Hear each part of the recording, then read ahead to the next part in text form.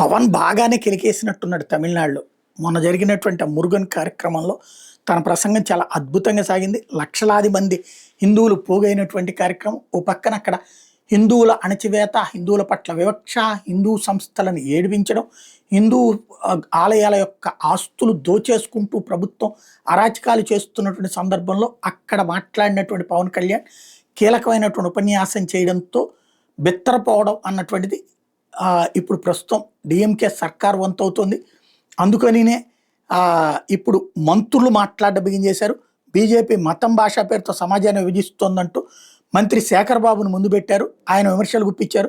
మురుగన్ మహాభక్త సమ్మేళనంలో పవన్ కళ్యాణ్ పాల్గొనడం మీద అభ్యంతరం వ్యక్తం చేశారు. అసలు ఈ పవన్ కళ్యాణ్ ఎవరు, ఆయనకి తమిళనాడుతో సంబంధం ఏంటి, అవసరమైతే ఆయన చెన్నైలోనే ఏదైనా ఓ నియోజకవర్గంలో పోటీ చేయాలి, ఇక్కడ గెలిచిన తర్వాత ఆయన ఏం మాట్లాడడం మేము వింటాం అంటూ వ్యాఖ్యానించారు. ఆయన రెచ్చగొడితే అలా పోటీ చేసినా ఆశ్చర్యపోనక్కర్లేదు.